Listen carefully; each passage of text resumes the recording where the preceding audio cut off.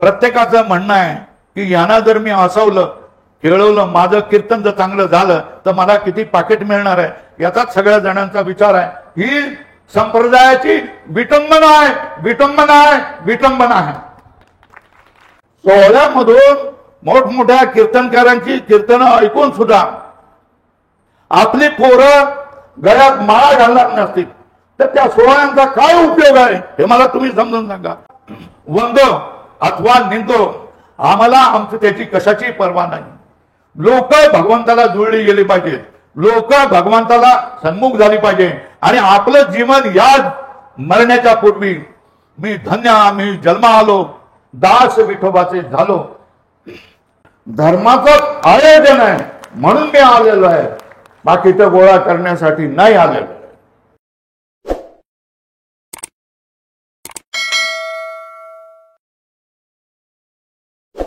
तुमच्या या सोहळ्यासाठी तुम्ही अतिशय अधिकारी आणि मोठी मोठी माणसं बोलवलेली आहेत। मोठ्या मोठ्या माणसांना बोलवायचं म्हणजे काय करावं लागतं हे आयोजकांना माहीत असतं। ते सगळं तुम्ही केलेलं आहे। त्या सगळ्यांच्या मोठ्यांच्या यादीमध्ये बसण्याची माझी योग्यता नाही आहे आणि तरीही मला तुम्ही त्या यादीमध्ये ठेवलेला आहे का नाही ठेवलेला आहे मी कागदपत्र पाहिलेलं नाही आहे। ठेवलेलं असलं तरी मी योग्य नाही आणि ठेवलेलं नसलं तरी मी आलेलो आहे, तुमच्या गावच्या प्रेमाने आलेलो आहे। केवळ बालम टाकळीच्या प्रेमाने मी या ठिकाणी आलेलो आहे आणि आमची शीतलताई ही तुमच्या गावची रहिवासी आहे। तिने याच्या अगोदर कीर्तन सप्ताह जो इथे होता त्या कीर्तन सप्ताहामध्ये तिचं पुरस्चरण पूर्ण झालं होतं, त्याच्यासाठी सप्ताह ठेवला होता। त्या सप्ताहामध्ये आम्ही लोक 7 दिवस त्या ठिकाणी मी दटून बसलेलो होतो आणि सगळ्या कीर्तनकारांना बोलवून ताईचा जो उद्देश होता तो आपण पूर्ण केला। तुम्ही साध्वी शीतलताईला सांभाळतात आणि तीही या गावासाठी आपलं जी योग्यता आहे ती प्रदान करते आणि तिने बोलवलं की स्वामीजी तुम्हाला यावं लागेल म्हणून मी आलेलो आहे।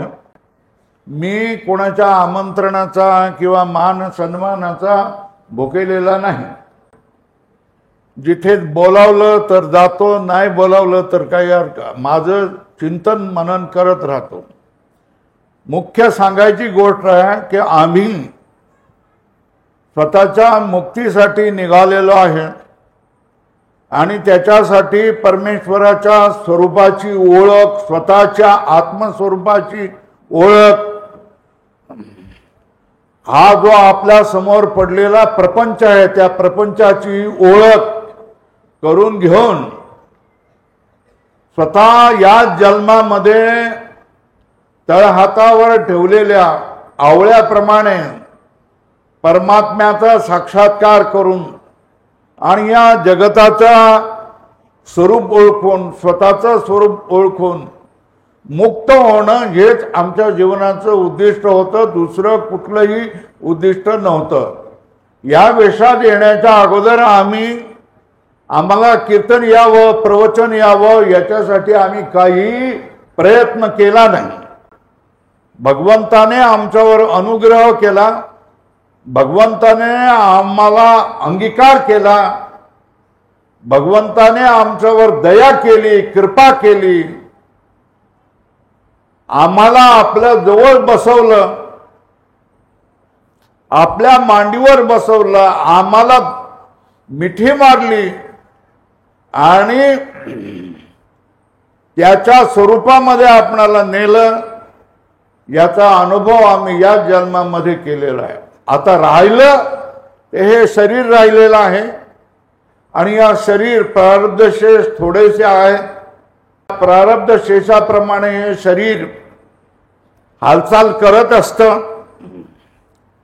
धर्मासाठी संप्रदायासाठी ज्या काय गोष्टी सांगावायच्या असतात त्या आम्ही कळकळीने आणि प्रेमाने सांगतोय. कारण धर्मामध्ये कलिकाळाच्या नियमाप्रमाणे आणि भौतिक सुविधांमुळे जी काय विटंबना होते आहे ती ह्या आम्हाला पाहावीशी वाटत नाही. म्हणून स्पष्टपणे बोलतो आणि स्पष्टपणे धर्म म्हणजे काय, धर्म कशाला म्हणायचं, धर्म कशासाठी आहे हे मी सांगण्याचा जिथे तिथे प्रयत्न करतोय. ज्यांना आवडत नाही ते मला बोलवत नाही आणि ते मला बोलवत नसलं तरी मला काही दुःख होत नाही. आपणाला कीर्तन करता न येणं, प्रवचन करता न येणं याला कीर्तनकार दूषण म्हणतील, पण मी माझं भूषण म्हणतोय. कारण कीर्तनकार मंडळी या टोकापासून त्या टोकापर्यंत, त्या टोकापासून या टोकापर्यंत रात्री अपरात्री सारखी फिरत असतात.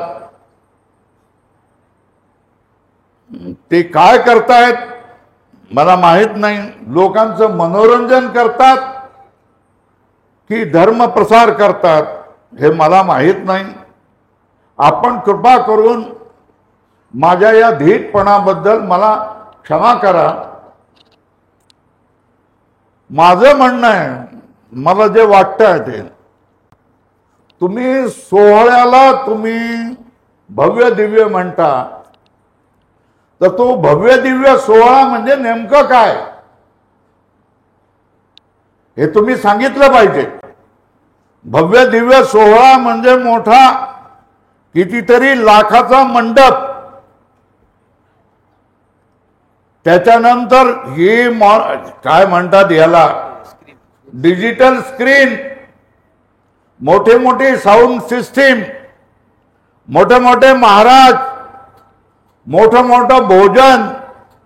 हो सोहळ्यामध्ये, कुठल्याही सोहळ्यामध्ये आज जो काही प्रचार केला जातो तो प्रचार अशा तऱ्हेने केला जातो की या ठिकाणचे लोक सप्ते घडतात त्या ठिकाणी सप्त्यामध्ये अशा तऱ्हेचा प्रचार केला जातो की बालुशाहीचा भंडारा होणार आहे, श्रीखंडाचा भंडारा होणार आहे, पुरणपोळीचा भंडारा होणार आहे.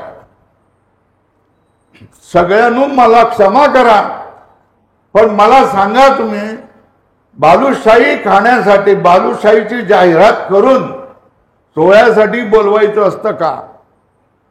सोहळ्याचं सप्ताहाचं प्रयोजन लोकांना प्रबोधन करून शहाणं करणं,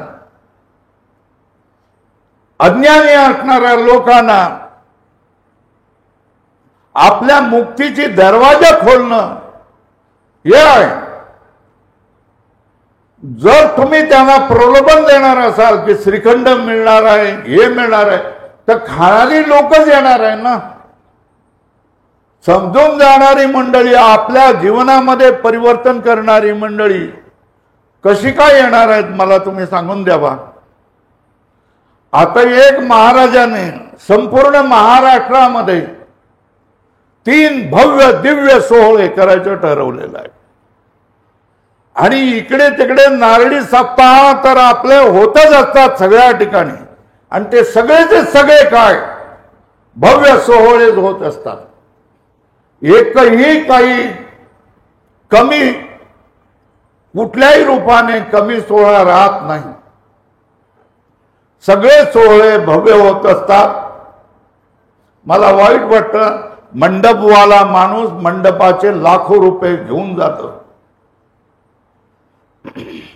भंडारी माणसं भंडाऱ्याची लाखो रुपये घेऊन जात असतात.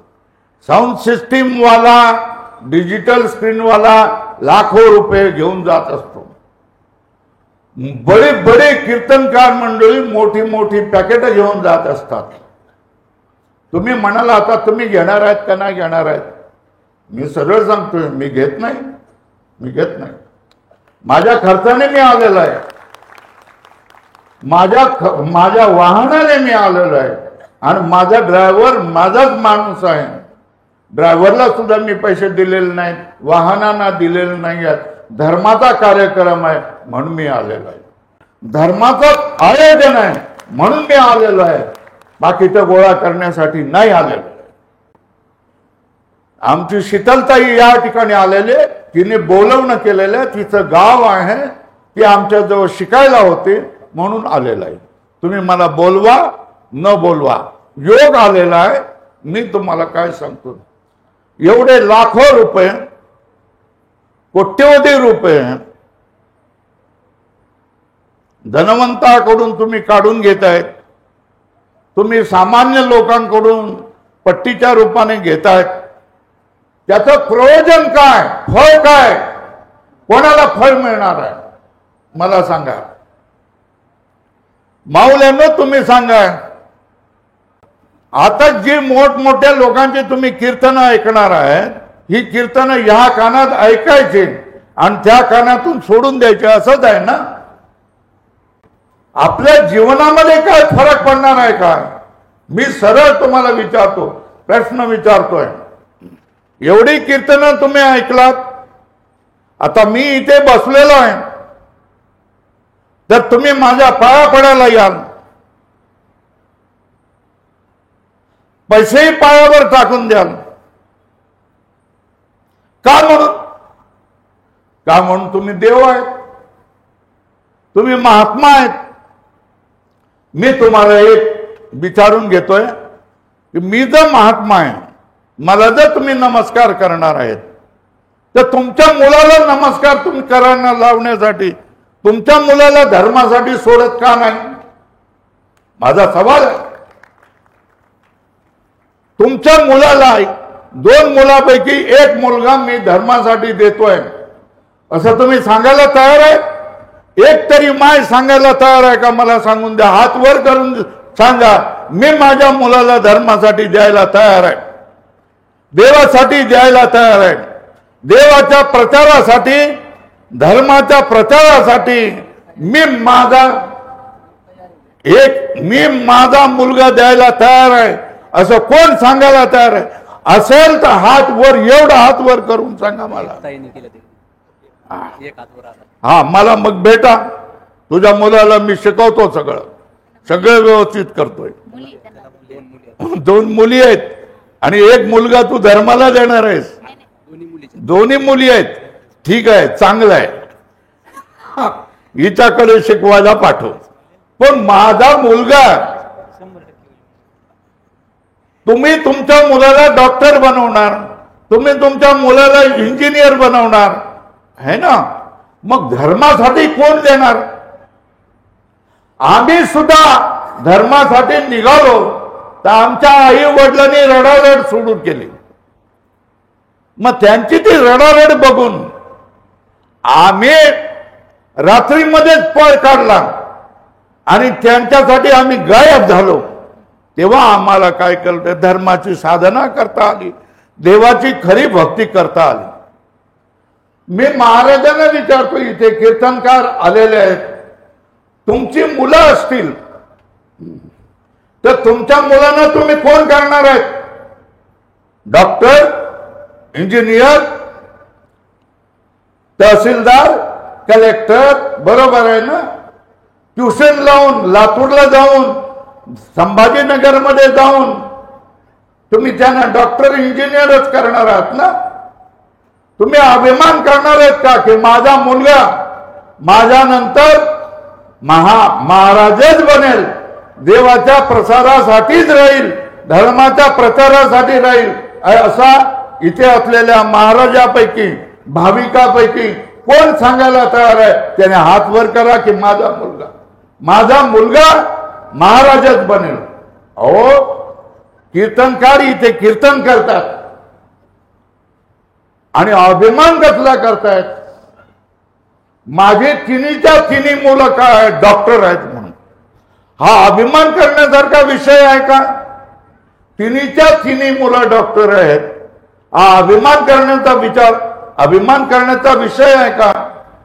अभिमान असा केला पाहिजे की माझा खापर पंजोबा कीर्तनकार होता, वारकरी होता, माझा पंजोबा वारकरी होता, माझा आजा वारकरी होता, मी वारकरी आहे आणि माझी मुलं वारकरी आहेत, माझा नातू वारकरी होणार आहे, माझा पंतू माझा खापर पंतू हे कोण होणार आहे वारकरी होणार आहेत.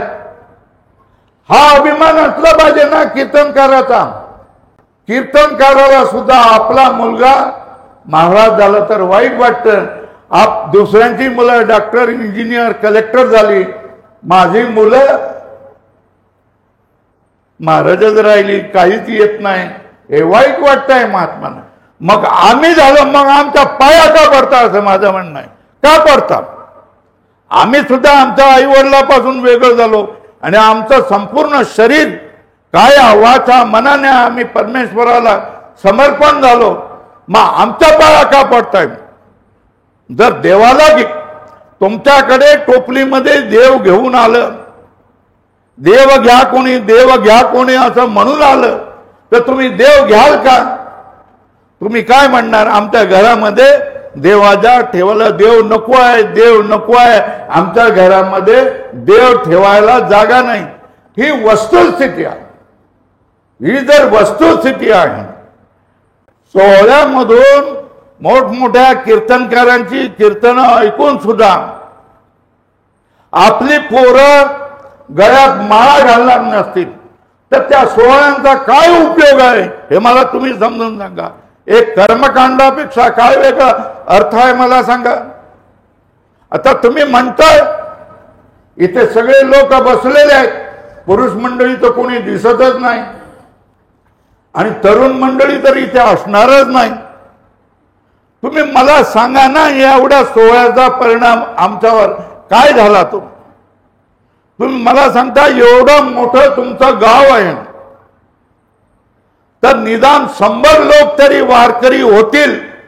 100 घरं पूर्ण, आजा आजी वडील आई मुलगा त्याची बायको त्याची नानतृड ही सगळीच्या सगळी मंडळी वारकरी होतील.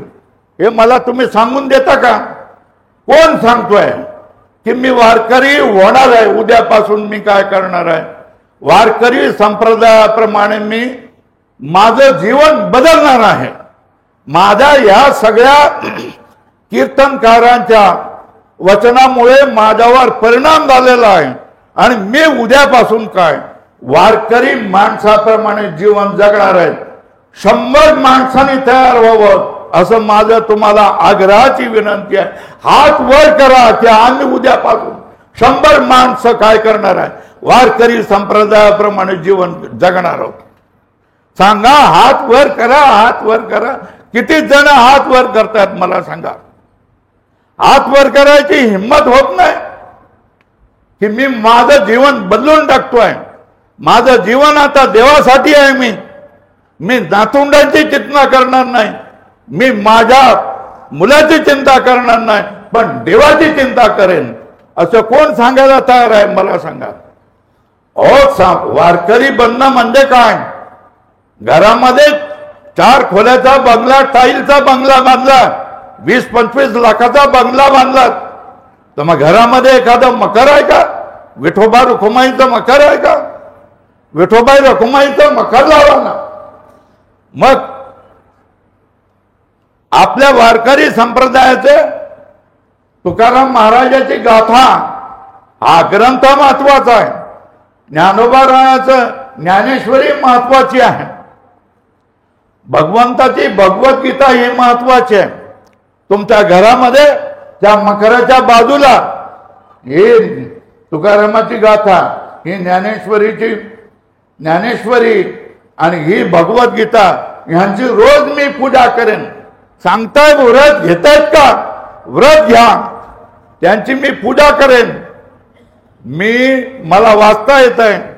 जर ज्ञानेश्वरीच्या 10 ओव्या मी म्हणेन, संध्याकाळला रात्री मी 5 अभंग मी म्हणेन, मी सकाळला काकड्याचे निदान 5 अभंग तरी म्हणेन.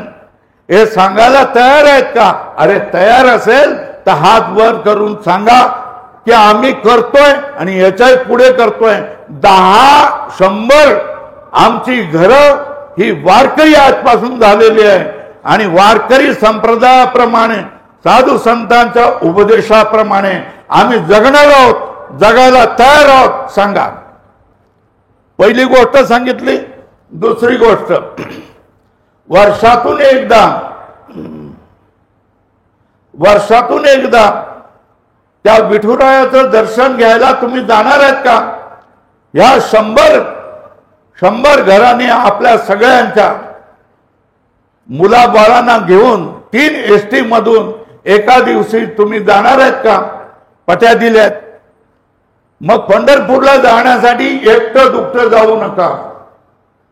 या 100 लोकांनी पंढरपूरला जावा, विठोबाचं दर्शन करा, प्रदक्षिणा करा, गंगेमध्ये नहा आणि भगवंताजवळ भजन म्हणून तिथे जो मिळेल आपण घरून नेलेला प्रसाद आहे तो प्रसाद घ्या.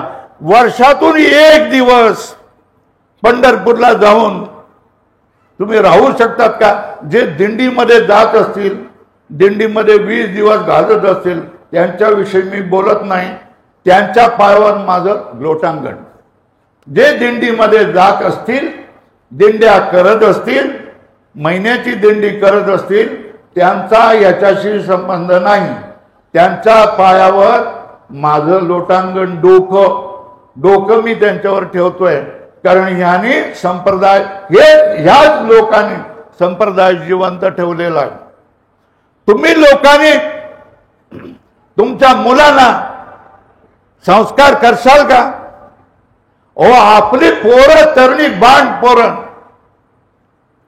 त्या बिअर शॉपिंग मध्ये जाऊन पडतात, ढाब्यावर जाऊन पडतात, रात्री कुठे असतात हे आपल्याला माहित नाही. आपल्या पोरी कसले कपडे घालतायत हे बघा तुम्ही. आपल्या पोरी, आपली पोरं आईला आई म्हणायला तयार नाही, याचा तुम्ही विचार करा. बापाला बाबा म्हणायला तयार नाहीत, याचा तुम्ही विचार करा. काकाला काका म्हणायला तयार नाही, अंकल म्हणतात. काकीला काकी म्हणायला तयार नाहीत, आंटी म्हणतात. अरे ही आपली काय संस्कृती आहे का? हे तुम्हाला शिकवलं आहे का? कीर्तनकार हे तुम्हाला शिकवतात का की आईला मम्मी म्हणा? त्या पोरीने, स्वामीजीने सांगितलं की आईला तू आई म्हण, ती आपली आई आहे, आई म्हण. त्या पोरीने जर आई म्हटलं तर त्याची आई तिच्या मुस्कटामध्ये मारते. हा प्रत्यक्ष मी पाहिलेला आहे, ऐकलेला आहे. आजोबा आजीने त्याचं नाव काय ठेवलेलं? विठ्ठल ठेवलेलं आहे. शाळेमध्ये जाताना ती त्याची सून त्याचं नाव ठेवते अक्षय. काय ठेवतं? अक्षय. म्हणजे विठ्ठल नाव त्या बाईला आवडलं नाही ना. अरे देवा धर्माची नावं तुम्ही आपल्या मुलांना ठेवायला तयार नाही, मग कसली बात तुम्ही मला सांगता? कीर्तनकारानं एवढं तरी सांगा कृपा करून, जे इथे कीर्तनकार बसलेले असते, मी तुमच्या पाया पडतो, हात जोडतो, तुमच्या पायावर माथा टेकतो. अरे एवढे तुम्ही कीर्तनामध्ये लय हसून सोडता आणि खूप करून देता. अरे त्यांना आईला आई म्हणायला सांगा ना. आईला आई म्हणायला सांगा, बाबाला बाबा म्हणायला सांगा, काकाला काका म्हणायला सांगा, काकीला काकी म्हणायला सांगा. ते काय मम्मी म्हणतात, ते पप्पा म्हणतात, ते अंकल म्हणतात, ते आंटी म्हणतात. त्या मुलांना ती नवी तुमची सून ती काय सांगते? ती इंग्रजी मधलं लहान पोरांचं कुठलं तरी गाणं असेल, ते गाणं म्हणून आम्हाला सांगते बघा इंग्रजी माझं मत. अरे इंग्रजी शिकलं तर काय तुझं एवढं मोठं केलेलं आहे, जो अभिमान एवढी करतेस तू ती इंग्रजी शिकणं म्हणजे काय केलं तू. तो तुझा पोरगा नास्तिक होणार आहे, तो नास्तिक होणार आहे आणि तुला सांभाळणार नाही, तुला घराबाहेर काढून टाकणार आहे, तुला वृद्धाश्रमामध्ये काढून टाकणार आहे. आपल्या संस्कृतीचं आपण शिक्षण दिलं पाहिजे. तुम्ही मला सांगून द्या की माझं नातरुण स्वामीजी हरिपाठाचा अभंग म्हणताय बघा ऐका, मग त्याच्यामध्ये मला आनंद आहे. माझं नातरुण भगवद्गीतेचा श्लोक म्हणतोय, हो त्याच्यामध्ये मला आनंद आहे, त्याचा मला हर्ष आहे. माझं नातरुण अभंग म्हणतोय बघा, काकाडा म्हणतोय बघा, मृदुंग वाजवतोय बघा, कीर्तन करतोय बघा. असं मला तुम्ही सांगा. तुम्ही जे सांगतायत ना माझं नातून इंग्रजी बोलताय, माझं नातून इंग्रजी भाषा करताय, भाषण करताय, हे तुमचं मोठेपण तुम्हाला लकलाभ हो, मला त्याचं मोठेपण नाही आहे. माझ्या ऋषी मुनींनी देवदेवतांनी जे मला शिकवलेलं आहे, जी मला संस्कृती दिलेली आहे, तीच संस्कृती मी पाळणार आणि त्याचाच मी प्रचार करणार आहे आणि त्याचाच प्रचार करण्यासाठी मी लाल वस्त्र घेतलेलं आहे. आपल्या देवताची नामं चांगली आहेत का नाही आहे सांगा मला.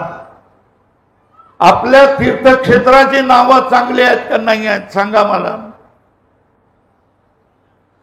आपल्या पवित्र नद्यांची नावं चांगली आहेत की नाही आहेत मला सांगून द्या. चांगली आहेत का नाही आहेत सांगून द्या मला. चांगलीच आहेत हो. अरे चांगलीच आहेत तर तुमच्या पोरांना ही नावं ठेवत का नाही आहेत. तुमच्या पोरांची नावं रामचंद्र तुमच्या सुना ठेवतात का. तुमचा मुलगा ठेवतो का. श्री हरी हे नाव ठेवतो का. हनुमंत हे नाव ठेवतं का. हे पहिल्या पिढीतलं झालं. नव्या पिढीतली लोक आपल्या पोरीचं नाव गंगा, आपल्या पोरीचं नाव काशी, आपल्या पोरीचं नाव नर्मदा, आपल्या पोरीचं नाव कृष्णा, पंचगंगा अशी नावं ठेवायला तयार आहेत का. ओ नाही. देवाची नावं, ऋषीची नावं, पवित्र नद्यांची नावं, पवित्र तीर्थक्षेत्रांची नावं ही जुन्या पिढीची झाली. नव्या पिढीची मुलं काय करतायत बघा तुम्ही. त्या सुनावर संस्कार करा. अरे ही आपल्या देवतांची नावं आहेत, ही आपल्या पवित्र नद्यांची नावं आहेत, ज्याच्यामध्ये आपण डुबकी लावतोय, ती आपल्या मुलांना, आपल्या नातरुंडांना आपण ठेवली पाहिजे. स्वामी आला तिथे बोंबल बोंबल बोंबलला, बेंबीच्या देट्यापासून बोंबलला आणि तुला कळत नाही कसं, अशा तऱ्हेने तुम्ही सांगितलं पाहिजे. आपल्या कीर्तनकार येतात, अरे लय विनोद करतात, तुम्ही लय चांगलं सांगतात. अरे पण सांगा ना की आपल्या पवित्र नद्या, आपली पवित्र तीर्थक्षेत्र, आपल्या पवित्र देवता, देव, ऋषी मुनी यांची नावं श्रेष्ठ आहेत आणि ही श्रेष्ठ नावं तुम्ही आपल्या मुलांना ठेवा. नवजात अर्भकांना ही नावं ठेवा. ख्रिश्चन माणूस जॉन हे नाव ठेवतो की नाही, फ्रान्सिस हे नाव ठेवतो की नाही, ही सगळी आपल्या आपल्या संतांची नावं आहेत. झेवियर हे नाव ठेवतो की नाही, हे मोहम्मद हे नाव मुसलमान माणूस ठेवतो की नाही. मग आपल्या लोकांना आपल्या देवतांची, नद्यांची, पवित्र तीर्थक्षेत्रांची आपल्या मुलांना नाव ठेवण्याची लाज काहून वाटते, किळस काहून वाटते, घृणा काहून वाटतं. असं आम्ही काय पाप केलेलं आहे की तुम्हाला आपल्या देवदेवतांचं सगळ्यांची काय होते, किळस येते, वाईट होतंय. हा सगळा देखावा आहे आणि या देखाव्यामध्ये मला कुठलाही आनंद नाही आहे. तुम्ही जर तुमची वृत्ती बदललीत तर मला त्याच्यामधला आनंद आहे.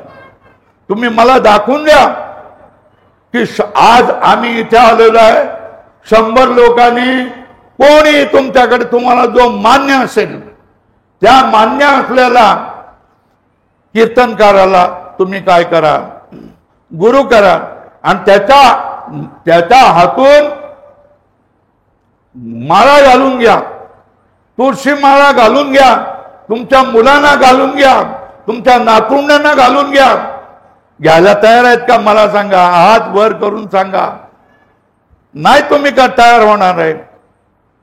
तुम्ही मला सांगा की 100 बाया 100 माणसं तयार आहेत का? रोज मी काय करतोय, रामकृष्ण हरी हा जप करायला तयार आहे आणि मी माळा घेईन आणि रोज भगवंताच्या जवळ, भगवंताच्या प्रतिमेजवळ बसून निदान 15 माळा, 50 माळा, 100 माळा एवढा जप करेन. मरायच्या पूर्वी 1 कोटी मी जप करेन असं कोणी सांगायला तयार आहे का? मला सांगा. हात वर करा ना की आम्ही तयार आहे. रोज मी व्रत घेते की रोज 50 माळा जप करायला तयार आहे आणि जोपर्यंत 1 कोटी जप होत नाही तोपर्यंत मी थांबणार नाही. मरेपर्यंत 1 कोटी जप घेईन. सकाळी उठलं का तोंड धुतलं की मी जप करेन. संध्याकाळी झोपायच्या पूर्वी मी जप करेन. याच्यापेक्षा काय भक्ती तरी काय? भक्ती म्हणजे काय? भगवंताचं पूजन. भक्ती म्हणजे काय? भगवंताचं जप, भगवंताचं नामस्मरण जे आपलं आहे. अरे देवाचा प्रसाद तुम्ही करताय, जेवण जेवल्यानंतर तुम्ही भराभर वाटा आणि बका बका खाता. याचं तरी स्मरण ठेवता का? छोटस एक ताट घेऊन देवाच्या मकरासमोर आपण ठेवूया आणि देवाला ते अर्पण करूया आणि देवाचा प्रसाद म्हणून आपण घेऊया. याचं तुम्ही चिंतन करता का? अन्न तुम्ही काय करताय? देवाला न देता, देवाला न दाखवता स्वतः बका बका राक्षसासारखं खातायत आणि देवाला तुम्ही विसरतायत. देव देणारा आहे, अन्नदाता देव आहे. जो काही आपल्याला भोग देणार आहे तो देव आहे. आपल्या कर्माप्रमाणे तो भोग दाता आहे आणि त्याला तुम्ही विसरतायत. मला फार बरं वाटत नाही आणि मी तुम्हाला याच्यावर विनंती, आपलं जीवन बदला, आपल्या जीवनाला वळण लावा. एक तरी ओवी अनुभवावी अशा तऱ्हेने नामदेव महाराज म्हणतात. एक तरी ओवी अनुभवावी म्हणजे काय? एक तरी ओवीचा जो अर्थ आहे हा अर्थ आपल्या जीवनामध्ये बाणवावा. आपलं जीवन बदलून टाकावं. आपलं जीवन भगवंताला समर्पण व्हावं. ती म्हातारी लग्न झालं, मुलाचं लग्न झालं तरी मुलांचं लग्न झाल्यानंतर नातरुंड झालं, त्या नातरुडांचे लग्न होत नाही म्हणून माझ्याकडे येऊन सांगते, स्वामीजी 10 स्थळं आली, त्याच्यापैकी 10चे बघून जातात आणि नंतर काय करतात? उत्तरच देत नाही. म्हणजे तिला घोर कशाचा लागलेला आहे की नातरुंडाच्या लग्नाचा है ना. अरे माऊली, ज्याची लग्न भगवंताने ठेवलेली आहेत, बांधून ठेवलेली आहेत, त्याप्रमाणे ती होणारच. तुझी तू चिंता कर की तुझं आता जीवन संपायची वेळ आलेली आहे. तू परत दुसऱ्या योनीमध्ये जाणार आणि हे राड गाडग गरा गरा 84 लक्ष योनीचा फिरणार आहे का नाही फिरणार आहे याचा निश्चय कर. ते राड गाडग जर तुला समजत नसेल तर कीर्तनकाराकडे जाऊन सांग, हे 84 लक्ष योनीचं राहाट गाडग काय आहे हे विचार, हे मला समजावून सांगा. मग सांगतील की जो जन्माला येतो तो मरतो, जो मरतो तो काय करतोय? जन्माला परत येतो. मग हे राहाट गाडग एका योनीतून दुसऱ्या योनीतून 10व्या योनीतून 5व्या योनीतून सारखं चालत राहणार आहे. आणि मग हे भेदावं असं तुम्हाला वाटत नाही का? नाही, तुमच्यापैकी एकालाही असं वाटत नाही का की हे मी भेदेन आणि हे काय, हे माझं शेवटलं मरण, हे शेवटलं होऊन जाईल, किंबहुना माझं कधी मरणच नाही आहे असा मला अनुभव येईल. असा तुम्ही कधी विचार केलाय का? मृत्यू सगळ्यांना मारतो, काय मृत्यू सर्वांना मारून टाकतो. मृत्यू हा मारक आहे, प्रत्येकाला मृत्यूचं भय आहे. पण तुम्हाला एवढं बळ मिळालेलं आहे का? स्वामीजी, मला एवढं बळ मिळालेलं आहे की मृत्यू मला मारणार नाही. मी सांगू शकतो मला हे बळ देवाने दिलेलं आहे. मी तुम्हाला सांगितलं माझा अंगीकार देवाने केलेला आहे. मला देवाने त्याच्या कवेमध्ये घेतलेला आहे आणि मला ग्वाही दिलेली आहे की तुझं मरण होणार नाही. अहो, जन्म आणि मरण होतं कोणाचं? या शरीराचं. हे शरीर काय आहे? पंचभूताची गाठोडी आहे न. पंचभूताची गाठोडी जी उसने घेतलेली आहे ती पंचभूताची गाठोडी परत देणं म्हणजेच मरण आहे. मग हे मरण कोणाचं होतं? शरीराचं होतं. जन्म कोणाचा होतो? शरीराचा होतो. मग तू कोण आहे? मी आत्मा आहे. मी कोण आहे? मी आत्मा आहे. आणि हे आत्मा कसा आहे? सच्चित आनंद घन. तुकाराम महाराज म्हणतात, आयुष्याच्या साधने सच्चिदानंद पदवी घेणे. कोणाला ही पदवी घ्यायची आहे मला सांगा? किती जणांना ही पदवी घ्यायची आहे? मी सच्चिद आनंद स्वरूप आहे. मरायच्या पूर्वी हे आपणाला कळलं पाहिजे. हे जर आपल्याला कळणार नसेल तर या मनुष्य योनीमध्ये येऊन आपलं शरीर आणि आपलं सगळं जीवन आपण मातीत घालवलेलं आहे. संत हे परीस आहेत. किती वेळ आहे बघा, तुम्ही मला सूचना करा.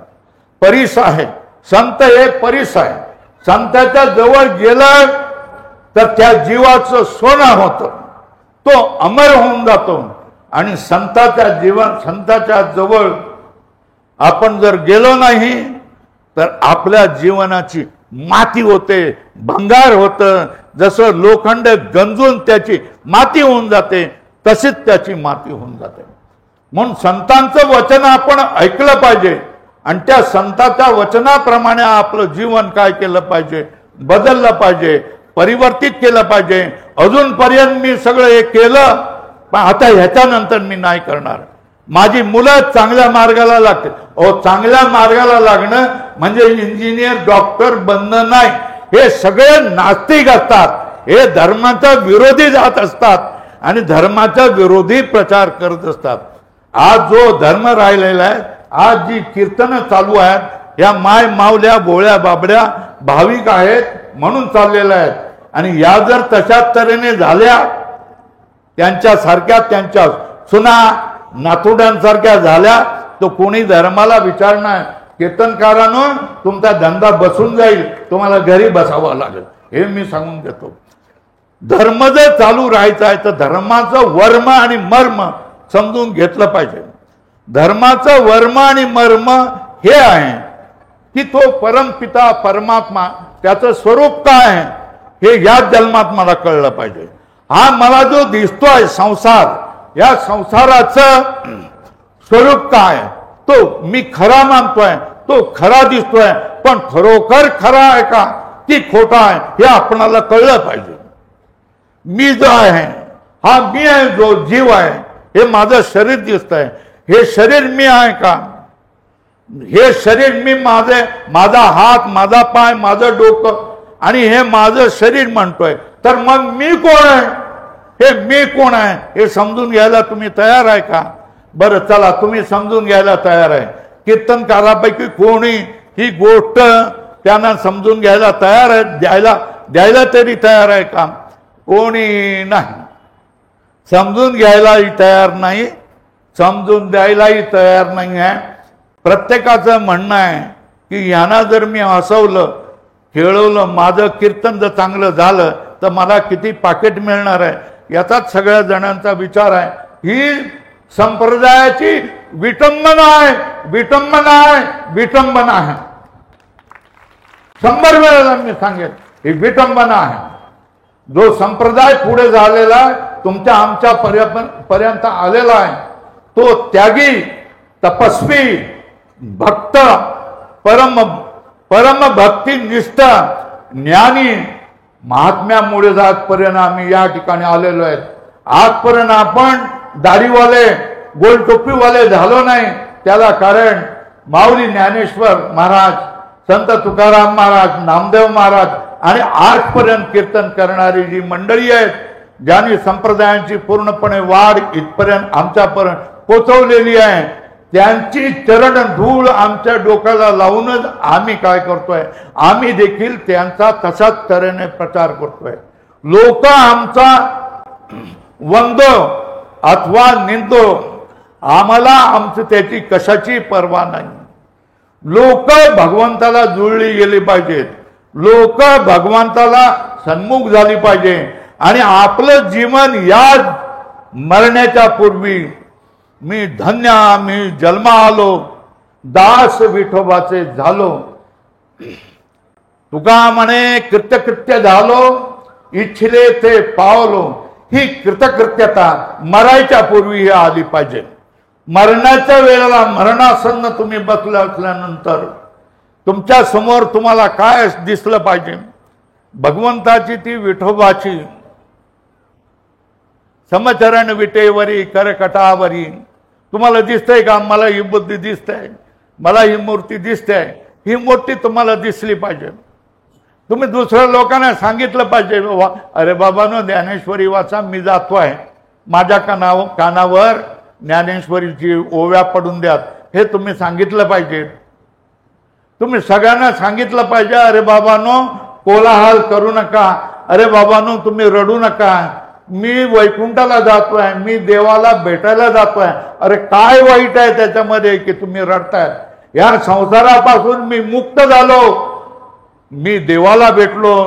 जे अनंत जन्मामध्ये मी भोगत आलो दुःख, ते या जन्मामध्ये भगवंताच्या कृपेने आणि माझ्या पुरुषार्थाने संपलं. आता मी देवाला भेटायला जातोय.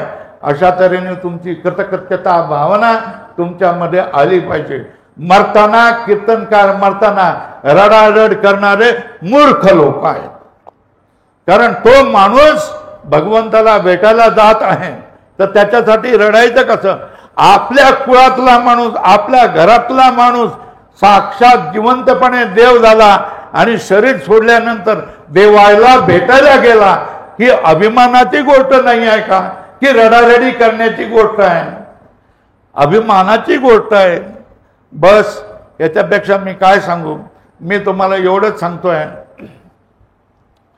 की शीतलताई ही आमच्याकडे शिकलेली आहे, तिला तुमच्या गावाला देऊन टाकलेली आहे, कारण तिचा जन्म ह्याच गावामध्ये झालेला आहे. या शीतलताईने काही मुलींना ठेवून त्यांना भगवंताच्या नामजपाला नामस्मरणाला लागावं, भगवंताच्या स्वरूपाचं चिंतन करावं. तेही काय करावे? संसार त्यांनाही करावा लागेल, पण चांगले संस्कार व्हावे याच्यासाठी ती प्रयत्न करत आहे. ते एक देशमुखांचं काय मोठं खानदानी घराणं नाही आहे, गरीब घराणं आहे. त्यांचे भाऊ, त्यांचे वडील हे आपल्या आपल्या ह्याच्यामध्ये जे काय असेल त्या ह्याच्यामध्ये ऊस आला तर विकून थोडीफार त्या मुलींची सोय करतायत. अजूनपर्यंत ती ताई ऋषीसारख्या आश्रमामध्ये राहिली. त्या मुलीही कुटियामध्ये, पाचड्याच्या कुटीमध्ये राहिल्या आहेत. आणि आता त्यांनी थोडंसं त्या मुलींना सांभाळायचं, तर त्या मुलींना सगळ्यांना फ्री शिकवलं जात आहे, मुक्त शिकवलं जात आहे. जर ती मुलींकडून पैसे घेणार असेल तर मी या गावाला येणार नाही, साधी गोष्ट. तेव्हा माझं तुम्हाला सगळ्या जणांना सांगणं आहे, सगळ्या श्रीमंत माणसांना, धनवंत माणसांना सांगितलेलं आहे, एका कीर्तनकाराला 20-25 हजार रुपये देण्यापेक्षा त्या शीतलताईच्या आश्रमासाठी, कुटियासाठी कोण 10-15 हजार, 20 हजार रुपये काय असेल ते थोडीशी मदत करा. कोणाची मदत नाही मिळाली तर त्यांनी इकडून तिकडून केलेलं आहे. आणि ते एवढा मोठा हॉल त्यांनी उभा केलेला आहे. एक स्त्रीला मर्यादा असते, स्त्रीला समाजाला भिवून राहावं लागतं, स्त्रीला आपल्या अवकातीमध्ये राहावं लागतं, तरी तिने एवढा मोठा पराक्रम केला. हे पाहून मला तिचं कौतुक वाटतंय. मी तुम्हाला हात जोडून विनंती करतोय की ज्यांच्याजवळ थोडंफार द्रव्य असेल, थोडंफार धन असेल, तर ते धन त्या मुलींना कारणी लावा. ती मुलींना संस्कारित केलं जाईल. ते चांगल्या तऱ्हेने आपले घर चालवतील. ते आई वडिलांची, सासू सासऱ्यांची सेवा करतील. अशा तऱ्हेने संस्कार ती त्यांना देईल. परमार्थाची सवय त्यांना लावेल. आणि त्या या चांगल्या मुली, चांगल्या सुना, चांगल्या आया बनतील याची ती चिंता करेल. आणि याच्यासाठी ती अत्यंत तोकड्या साधन सामुग्रीशील आटोकाट दिन रात्र प्रयत्न करत आहे. आणि याच्यासाठी तुमचं कर्तव्य आहे की तुम्ही थोडंफार त्यांच्या कन्हैया आश्रम मध्ये जाऊन पाहणी करा, देखरेख करा. तिथे काय कमी असेल तर थोडं जेवढं ज्यांना जमत असेल त्यांनी करा. आता मी तुम्हाला कसं सांगू, आता ह्या एवढ्या मोठ्या सोहळ्यासाठी तुम्ही अतिप्रचंड तुमच्या आटोक्याच्या बाहेर खर्च केलेला आहे, बरोबर आहे. आता तुम्ही त्या माऊलीला कसं काय पैसे देणार आहेत माहीत नाही, मला समजत नाही आणि तुम्हाला सांगणंही बरोबर नाही. तरी पण सांगतोय, मोठ्या सोहळे करण्यापेक्षा माणसं जनावरापासून पूर्ण माणूस बनणं आणि माणसापासून देवत्वाला जाणं हे कार्य मोठं आहे. बाकीच्या सगळ्या गोष्टी बोलाचाच भाग आणि बोलाचाच कडी असते. स्पष्टपणे तुम्हाला सांगून देतोय, दुसऱ्या लोकांना मनोरंजन करणं याच गोष्टी असतात ज्या पायाभूत गोष्टी आहेत, ज्या जमिनीवरच्या गोष्टी आहेत, ह्या गोष्टी आहेत. मी 120 माणसांना काय करतोय, शिकवतोय वारकरी शिक्षण संस्थेमध्ये. माझी 10 वारकरी शिक्षण संस्था होणार आहेत. आणि तुम्हाला वाटत असेल वारकरी शिक्षण संस्था म्हणजे धंदा, फिया घेत असाल 20,000 25,000. मी तुम्हाला सांगतोय की माझ्या कुठल्याही शिक्षण संस्थेमध्ये जाऊन कुठल्याही मुलाला विचारा की तू किती फी दिलेली आहे म्हणून. मुलं येतात, राहतात. ऊस तोड्याची, गरिबाची, दारुड्या बापाची, आई मेलेली आहे, बाप मेलेली आहेत, अशा गरीब लोकांची काय केलंय, मुलं आमच्याकडे येतात. मोठ्या श्रीमंताची मुलं आमच्याकडे येत नाहीत. त्यांना तर इंजिनियर, डॉक्टर बनवायचं असतं ना. मग हे गरीब मटेरियल आमच्याकडे येत आहे. या गरीब मटेरियल मधूनच आम्ही त्याच्याकडून मोठे पुरुषार्थी माणसं बनवणार आहोत. मग या कार्यासाठी तुम्ही थोडी बहुत मदत करा. या माऊल्याने या शीतलताईच्या पाठीमागे राहा. जे जमेल ती आर्थिक मदत करा, जी जमेल ती खाण्यापिण्याची मदत करा. एवढी तुम्हाला मी विनंती करतोय. माझं कठोर बोलणं तुम्ही ऐकून घेतलेलं आहे. सगळ्या कीर्तनकार आणि प्रवचनकारापेक्षा कुठलीही शिस्त नसणारं, कुठलीही काय प्रकार नसणारं, कुठे जप नाही, कुठले रामधून नाही, कुठे आणखी काय नाही, हा सगळा फापट पसारा बाजूला ठेवून जे मूळ तत्वरूप आहे, जे तुम्ही केलं पाहिजे तेच मी सांगितलेलं आहे. ते तुम्हाला मान्य असेल तर घ्यावं, नाहीतर एक वेडा माणूस या ठिकाणी शीतलताईने आणला असं तुम्ही समजा आणि मला काय करा, बाजूला करून टाका, तुमच्या डोक्यातून काढून टाका. याच्यापेक्षा मी काय सांगू शकतोय. शेवटी मी विराम घेतो आहे. तुमच्या सगळ्या या कार्यक्रमाला माझा आशीर्वाद आहे. सगळ्या महिलांना, पुरुषांना, सगळ्या ज्या कीर्तनकारांना माझा आशीर्वाद आहे. भगवंताकडे लक्ष ठेवा. भगवंताला, देव, देश आणि धर्म याच्यावर तुमची सदैव नजर राहो. भगवंताच्या पायावर तुमची नजर राहो आणि तुमची जीवन सोन्यासारखी बनव, अमृतासारखी बनव.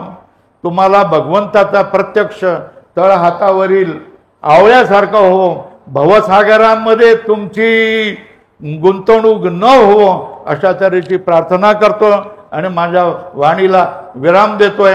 पुंडलिक वरद.